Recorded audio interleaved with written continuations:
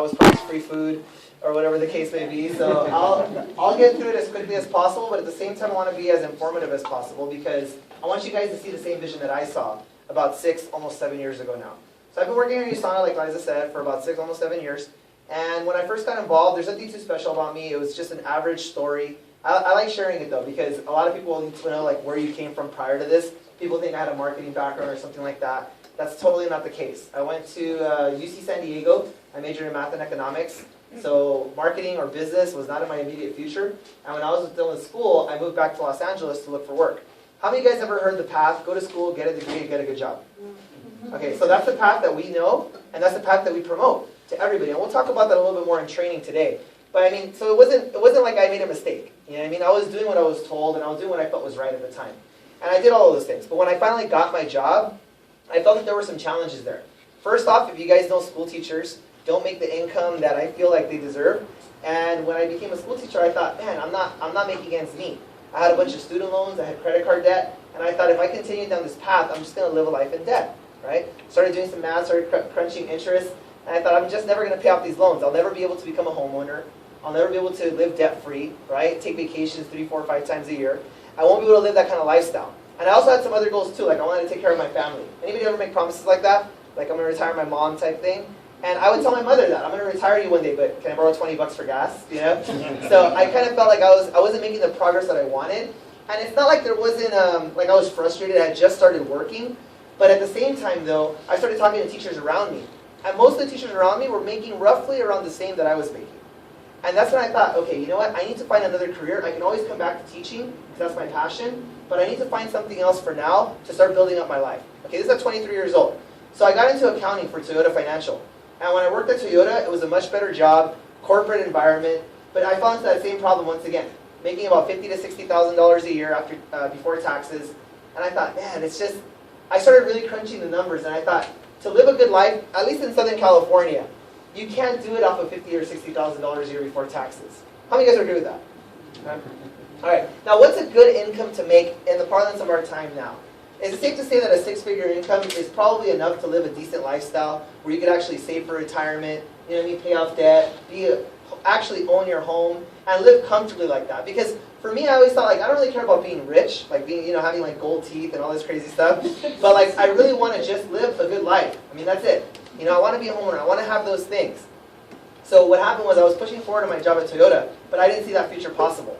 And I think some people, they just kind of settle, right? They lower their dreams to kind of match their income. And I felt like I was starting to do that. Because when I was a kid, I used to have posters of like Lamborghinis on my wall and stuff like that.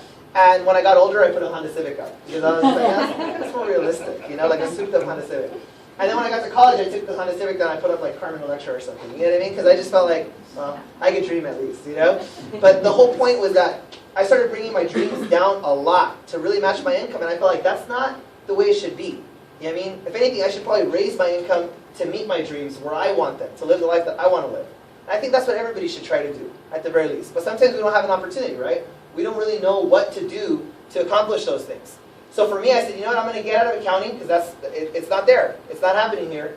And I got another career. Okay, so this was my last career prior to USANA. I worked as a plumbing and electrical contractor. So I went from math and economics to plumbing and electrical. Okay, that's a huge shift.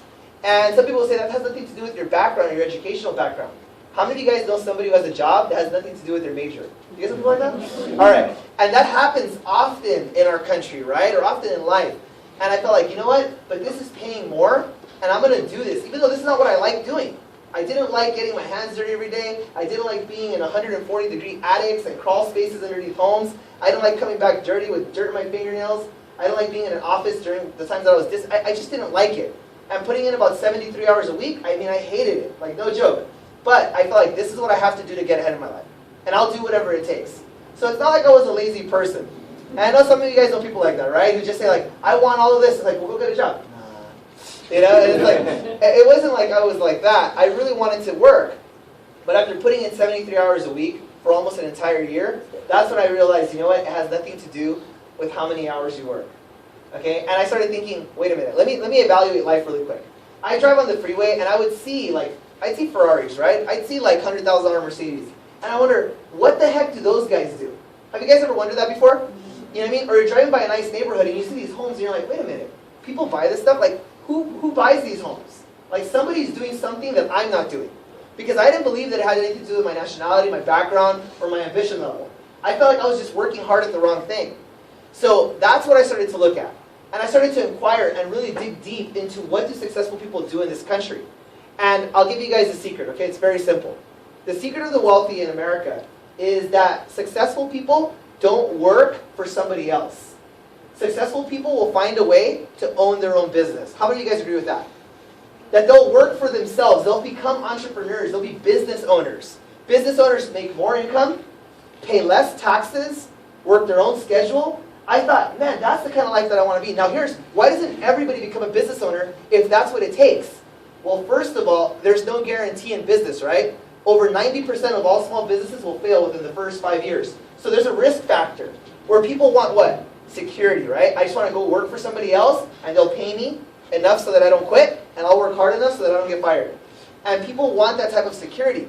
But I believe this though, if you play your life casual, eventually you become a casualty. So I just didn't want to pursue that anymore. So I looked into entrepreneurship. I wanted to open up a restaurant, I wanted to open up all types of businesses, but guess what my problem was? No money. I started looking up how much it costs to start a business, $200,000, some $50,000 businesses. I thought, let's just open up a taco truck, like a roach coach. Have you guys ever seen those in LA? I thought maybe that'll be the thing, But a couple $1,000, $10,000, $15,000 for a little roach coach.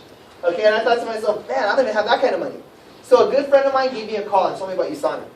He said, Mike, I'm going to show you a way to own your own business online. And I thought, come on, what is this? And he goes, yeah, it's really cool. I said, tell me about it. He goes, just come to the meeting. And I was like, oh, no, it's okay. I don't want to go. So I didn't want to come to the meeting, okay? And why is that? Because when I was in college, I received a letter from a company called Vector. Okay, it sounded pretty cutting edge, all right, guys? And when I went to the meeting for this letter that I received, it said paid $15 an hour, great benefits. I showed up, and they were telling us to sell knives that cut through shoes and then through tomatoes, door to door. It's called Cutco, but they had changed it to Vector Corporation. So when I first saw that, I thought, okay, it's going to be something like that. They're going to tell me to sell lotions or potions or thigh creams or butt cream or something. You know what I mean? Like, I felt that that's what it was going to be about. So I was hesitant to come to the meeting. But my friend was persistent. He kept calling me and telling me, just come, just come and check it out. So for me, I felt like, all right, finally, I'll come and take a look. I sat through a presentation very similar to this. I had my arms crossed, my legs crossed, my eyes crossed, like some people here. But the point is that I was very negative when I first came down. And I think I was just closed to the idea. Because it wasn't normal. It wasn't something that I was familiar with, right? Something I wasn't comfortable with. But during the presentation, though, I really opened up. Because I did see that it was a good company. I did see that it was a good product. And I saw a way for myself, with no guarantee, but at least with a chance to own my own business, pay less taxes, and possibly build a six-figure income. That's what I saw for myself when I first got involved. So that's my life story in a nutshell, and I don't want to bore you guys with my life story, but I like hearing it, so you guys have to hear it one time. But anyways, okay, so that's it. But that's how I got involved, okay? About 6, almost 7 years ago now. And what can I say? It was a good decision, okay? It was a good decision for me. Like Liza said, I am one of the top income earners here. I was able to become a self-made millionaire before the age of 30. And I feel like it was as a result of me making that shift and that decision at age 23, okay? So I'm going to share with you guys the information that I saw. Hopefully you guys see it the same way I saw it. Now here's the thing, if you guys have any questions during this presentation, I want you to jot them down or take a mental note, and I will answer